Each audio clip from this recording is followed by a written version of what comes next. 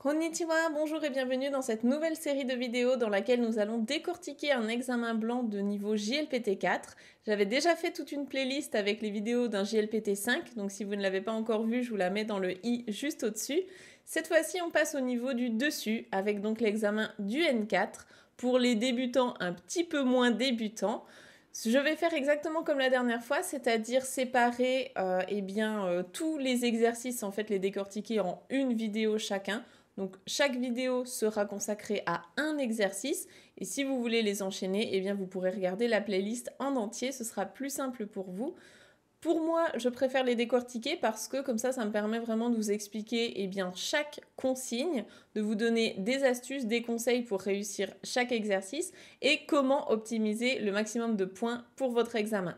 On va également décortiquer ensemble les réponses, savoir quelles sont les bonnes réponses, les mauvaises réponses et comment éviter de tomber dans les pièges de l'examen. Si vous ne me connaissez pas encore, je m'appelle Sophie Thomas, je suis professeure de japonais depuis 2013 et j'ai créé des formations en ligne qui aident les débutants à se lancer dans l'apprentissage du japonais. Toutes les informations sont dans la barre de description. Maintenant, je ne vous fais plus attendre et on va commencer tout de suite par le premier exercice de la première épreuve du JLPT 4, à savoir une épreuve de compréhension de kanji. Pour rappel, le JLPT 4 est séparé en 3 épreuves distinctes. La première, c'est celle-ci, c'est celle de Moji Goi, donc caractères, c'est-à-dire les kanji, les kana, et vocabulaire. Cette épreuve dure normalement 30 minutes et vous avez donc plusieurs exercices qui la composent. Il est possible qu'entre le moment où je sors cette vidéo et l'examen que vous allez passer, peut-être qu'il y aura eu quelques réformes, mais grosso modo, l'examen reste toujours à peu près le même. C'est un QCM. Vous avez toujours 4 réponses possibles, entre 3 et 4 réponses, et il n'y en a qu'une seule qui est la bonne, donc vraiment il faut tenter en fait, hein, même si vous n'êtes pas sûr de votre réponse. Il n'y a pas de point éliminatoire, c'est-à-dire que si vous avez mis une réponse fausse, ça va juste vous mettre 0, vous n'aurez pas de points en moins. Donc si vous ne connaissez pas, si vous n'êtes pas sûr de la réponse, il vaut mieux tenter, ça peut vous faire des points en plus. La première épreuve est composée de 5 exercices. Aujourd'hui, on va déjà voir dans cette vidéo le premier exercice. Il y aura 9 questions et on estime que l'exercice en lui-même dure environ 3 minutes. Alors c'est un temps qui est estimé, hein, c'est pour vous que vous puissiez bien gérer votre temps le jour de l'examen. Ce que je vous conseille là en faisant cet exercice avec moi en vidéo, c'est de vous chronométrer. Donc vous pouvez mettre votre téléphone ou bien mettre un minuteur sur 3 minutes. Ça vous laisse le temps normalement de répondre aux 9 questions. Donc là on est sur de la lecture de kanji. Vous allez voir un kanji et vous devrez retrouver quelle est sa bonne lecture. On va déjà regarder ensemble la consigne. Donc à chaque fois, hein, vous aurez une petite consigne comme ça. Alors le jour de l'examen, ne perdez pas de temps à la lire, hein, ça ne sert à rien. Le but de faire un examen blanc comme celui-ci, c'est d'être prêt en fait. Hein. Le jour de l'examen, vous n'aurez même pas à vous poser la question de qu'est-ce qu'il faut faire, puisque vous saurez déjà tout à l'avance. Donc ici, Mondai Ichi, exercice 1. Le mot qui est donc souligné, vous allez voir il y a des kanji soulignés, et vous devrez retrouver quelle est sa bonne prononciation. Donc, les exemple, watashi no senmon wa desu. Et donc là, vous devez retrouver, est-ce que ces kanji-là se prononcent igaku, kagaku, bungaku, sugaku? La bonne réponse étant la 3, vous auriez dû cocher sur votre feuille d'examen le numéro 3, puisque c'est la bonne réponse ici. Ce qu'on va faire pour que la vidéo ne soit pas trop longue, c'est que moi, je vais faire défiler toutes les questions. Vous pourrez mettre pause pour que vous ayez le temps d'y répondre. Et ensuite, on se retrouve juste après pour les corrections. Donc, vous pouvez mettre 3 minutes sur votre chronomètre. C'est parti, bon courage à vous!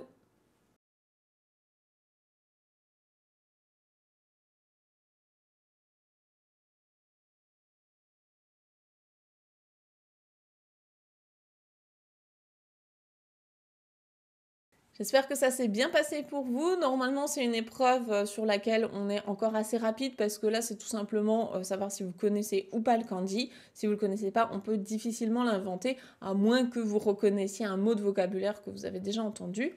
Donc, on va faire les corrections ensemble. On est parti pour le numéro 1, ichi.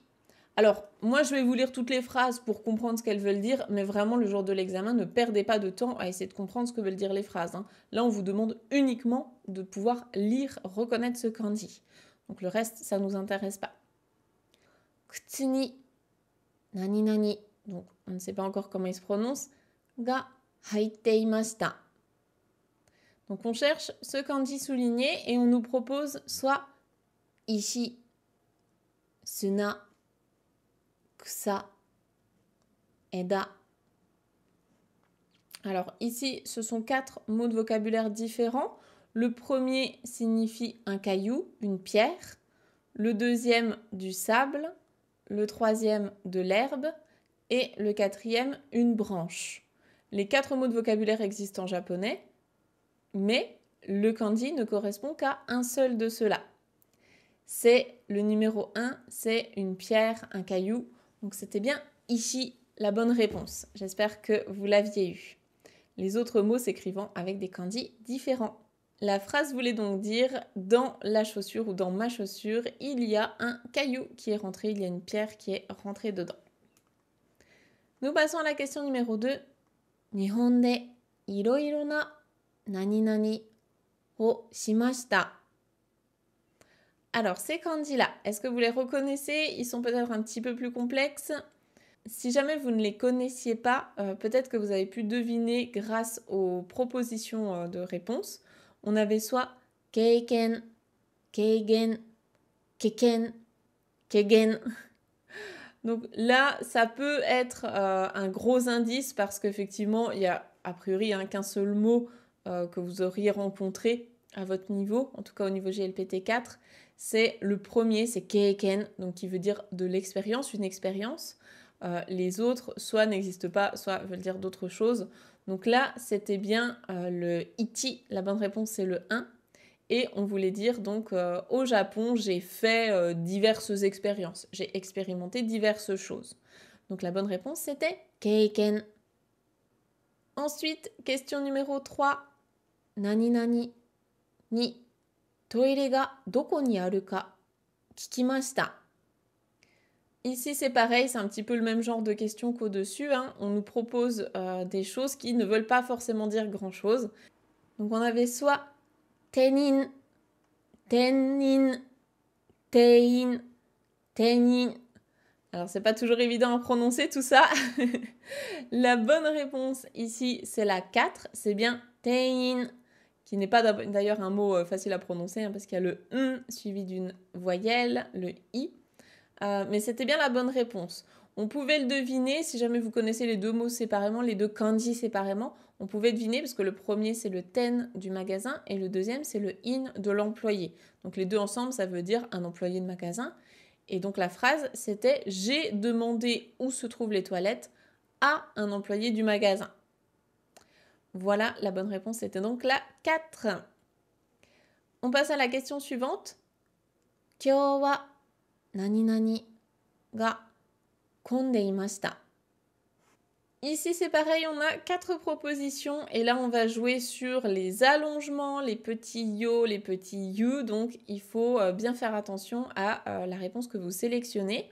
On avait soit shukudo, shokudo, shokudo, shukudo. J'espère que vous avez bien entendu la différence entre tout ça. On a soit un allongement, soit on ne l'a pas, soit un yu, soit un yo. Et donc, la bonne réponse ici, c'était la 2, shokudo. C'est bien shoku, le kanji de manger. Sa deuxième lecture, c'est shoku, comme dans teishoku, un menu. Et le do ici pour le hall, donc en fait, le hall dans lequel on mange, c'est une cantine ou bien une salle à manger. Ici, comme la phrase veut dire aujourd'hui, la cantine était bondée, il y avait beaucoup de monde, on se doute que c'est plutôt la cantine, soit d'une école, soit d'une entreprise. Donc la bonne réponse, c'était la 2. Ensuite, question numéro 5. Kono mado kara nani nani ga miemasu. Ici, vous avez peut-être reconnu la clé de l'eau qu'on voit à gauche du kanji. Et c'est pourquoi les 4 propositions ont un rapport avec de l'eau. Forcément, ils essaient de vous tendre des pièges, sinon ce serait pas drôle. Alors, on vous propose soit umi, minato, mizumi, ike. Est-ce que déjà vous connaissez ces 4 mots? On va les décortiquer. Donc le premier, umi, c'est la mer ou l'océan, mais plutôt la mer. Minato, c'est un port, donc le port où il y a des bateaux. Mizumi, c'est un lac. Et ike, c'est un étang. Les 4 kanji comportent bien la clé de l'eau, mais ce kanji-là, c'est le kanji de minato, le port. Donc la bonne réponse, c'était la 2, minato. Et ce qu'on disait ici, c'est depuis cette fenêtre, on peut voir le port. Le port est visible. Voilà pour la numéro 5. On continue avec la 6. Kono nani nani wa omoshirokatta desu. Encore une fois, on va jouer sur les allongements et les tenten, donc faites bien attention à sélectionner la bonne réponse. On vous proposait shosetsu, shosetsu, shosetsu, shosetsu. Et la bonne réponse ici, c'est la numéro 3, puisque le premier kanji se prononce sho avec un allongement, comme dans shogakko, la petite école, l'école primaire, c'est le kanji de petit. Et le deuxième, c'est setsu, c'est le setsu que vous retrouvez dans setsume, une explication. Donc une petite explication, ça veut dire un roman en japonais. Et on nous dit ici que ce roman était intéressant. Donc faites bien attention à garder l'allongement, hein, c'est la numéro 3, la bonne réponse. On continue, question numéro 7. Maiban nani nani o kaiteimasu. Alors là, il considère que ce genre de kanji, donc les kanji des verbes, vous êtes censé déjà les connaître, donc on ne les met pas en furigana.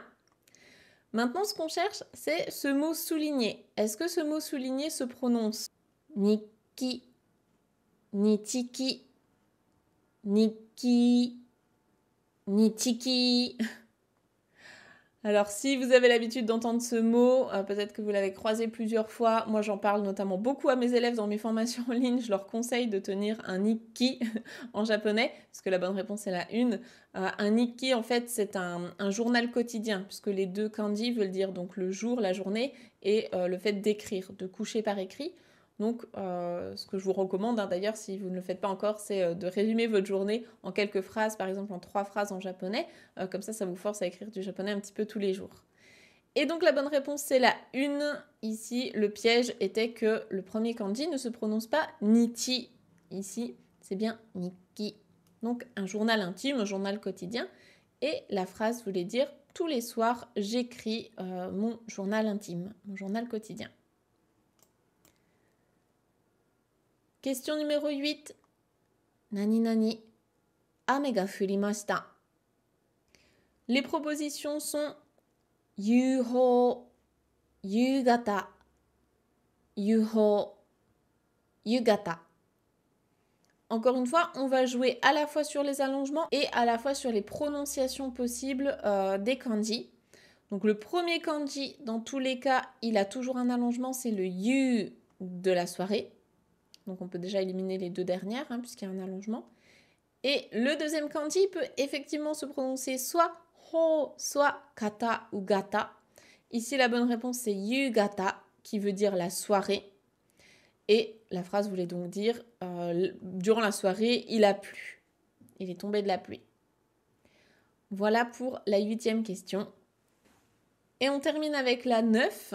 Et là, c'est tout simplement un kanji des 4 saisons. Donc, il faut retrouver laquelle. Je pense que c'est pas la plus compliquée à deviner. Je vous relis la phrase. Mousugu nani nani desu ne. Et donc, les propositions sont fuyu, natsu, haru, aki.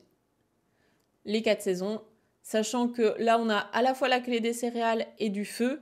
Donc la saison pendant laquelle les céréales ou les arbres sont couleur feu, c'est évidemment l'automne. Et l'automne, ça se dit aki. Donc la bonne réponse, c'était la 4.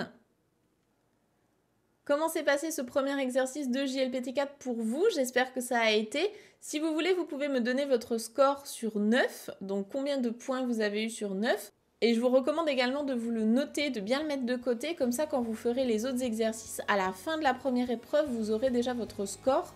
Ce qui vous aidera à voir si jamais vous aviez passé l'examen, est-ce que vous l'auriez eu ou non.